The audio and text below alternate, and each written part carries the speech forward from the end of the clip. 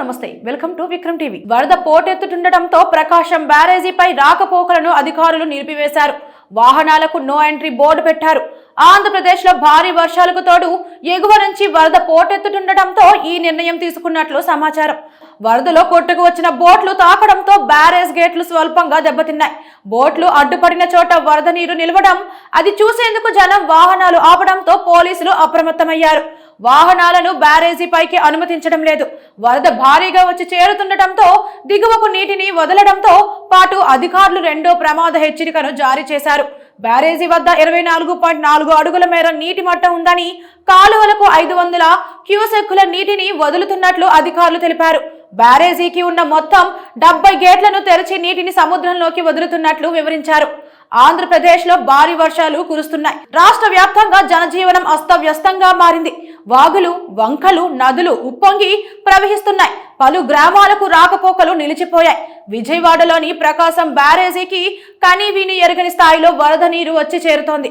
చరిత్రలోనే తొలిసారిగా బ్యారేజీకి 11,20,000 క్యూసెక్కులకు వరద వచ్చింది.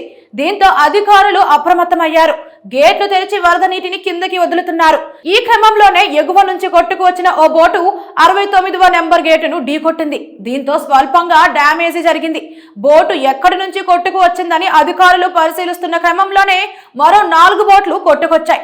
దీంతో అధికారులలో సందేహాలు వ్యక్తమవుతున్నాయి. ప్రమాదవశాత్తు కొట్టుకు వచ్చాయా లేక ఎవరైనా కావాలని బోట్లను వదిలేరా అని అనుమానిస్తున్నారు. గతంలో చంద్రబాబు నివాసాన్ని ముంచాలనే ఉద్దేశంతో బోటు అడ్డు తగిలిందని, అప్పటి వైసీపీ ప్రభుత్వం నీటి ప్రవాహాన్ని పెంచేందుకు ప్రయత్నించిందన్న ఆరోపణలు ఉన్నాయి. తాజాగా 4 బోట్లు కొట్టుకు రావడంతో నాడు జరిగిన సంఘటనను అధికారులు గుర్తు చేస్తున్నారు. ఈ బోట్లు కొట్టుకు రావడం వెనుక ఎవరైనా ఉన్నారా అనేది తెలుసుకోవడానికి ప్రయత్నిస్తున్నారు. ఇరిగేషన్, రివర్ కన్జర్వేటివ్ శాఖల అధికారులు దీనిపై విచారణ జరుపుతున్నారు. ప్రకాశం బ్యారేజీ వద్ద 23.6 అడుగుల మేర నీరు ప్రవహిస్తోంది.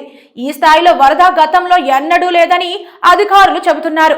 బ్యారేజీ దిగువన పలు గ్రామాలు నీటమట్టం అయ్యాయని వివరించారు. గేట్లను పూర్తిగా పైకి ఎత్తి నీటిని విడుదల చేస్తున్నట్లు తెలిపారు. బ్యారేజీపై రాకపోకలను నిలిపివేసే ఆలోచన చేస్తున్నట్లు వివరించారు. మరోవైపు రైల్వే అధికారులు కూడా అప్రమత్తమయ్యారు. గతంలో ప్రకాశం బ్యారేజీకి 1903వ సంవత్సరంలో 10.60 లక్షల క్యూసెక్కుల వరద వచ్చి చేరిందని అధికారులు తెలిపారు. ఆ తర్వాత 2009 అక్టోబర్లో 10.94 లక్షల క్యూసెక్కుల వరద వచ్చిందన్నారు. ప్రస్తుతం 11.20 లక్షల క్యూసెక్కుల వరద వచ్చిందని అధికారులు వివరించారు.